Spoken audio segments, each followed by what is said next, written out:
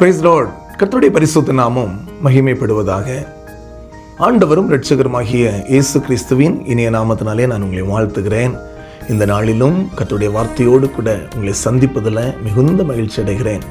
115வது சங்கீதத்தில் 14வது வசனத்தை பார்க்கும்போது, கர்த்தர் உங்களையும் உங்கள் பிள்ளைகளையும் வர்த்திக்க பண்ணுவார் என்று சொல்லப்பட்டிருக்கிறது.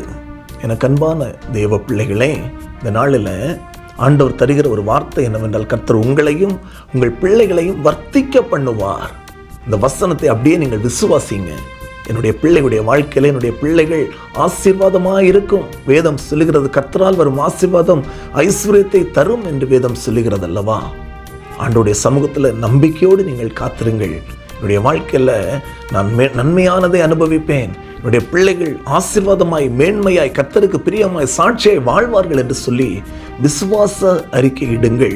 நிச்சயமாகவே கர்த்தர் உங்களை ஆசீர்வதிப்பாராக. எந்த சூழ்நிலைகளை குறித்து நீங்கள் கலங்க வேண்டாம். அநேக காரியங்களை குறித்து, நாளைய தினத்தை குறித்து புலம்பிக் கொண்டு நம்பிக்கையற்றவர்களாய் நீங்கள் இருக்க வேண்டாம். நம்முடைய ஆண்டவராக இயேசு கிறிஸ்து நம் கூடவே இருக்கிறார். நிச்சயமாய் அவர் கைவிட மாட்டார். கர்த்தர் உங்களையும் உங்கள் பிள்ளைகளையும் வர்த்திக்க பண்ணுவார். மகா இரக்கமும் கிருபையும் நிறைந்த எங்கள் அன்பின் பரலோக பிதாவே, இந்த வார்த்தைகளை கேட்டுக்கொண்டிருக்கிற ஒவ்வொரு பிள்ளையுடைய வாழ்க்கையிலையும் கர்த்தர் பெரிய காரியங்களை செய்யுங்க. எல்லா தடைகளையும் கர்த்தர் மாற்றி உடைய பிள்ளைகளை கர்த்தர் வர்த்திக்கப்படும்படியாக நாங்கள் ஜெபிக்கிறோம். கர்த்தர் அப்படி செய்கிறதற்காக நன்றி. இயேசு கிறிஸ்துவின் நாமத்தில் ஜெபிக்கிறோம் ஜீவனுள்ள எங்கள் நல்ல பிதாவே, ஆமென். கர்த்தர் தாமே உங்கள் ஒவ்வொருவரையும் ஆசீர்வதிப்பாராக.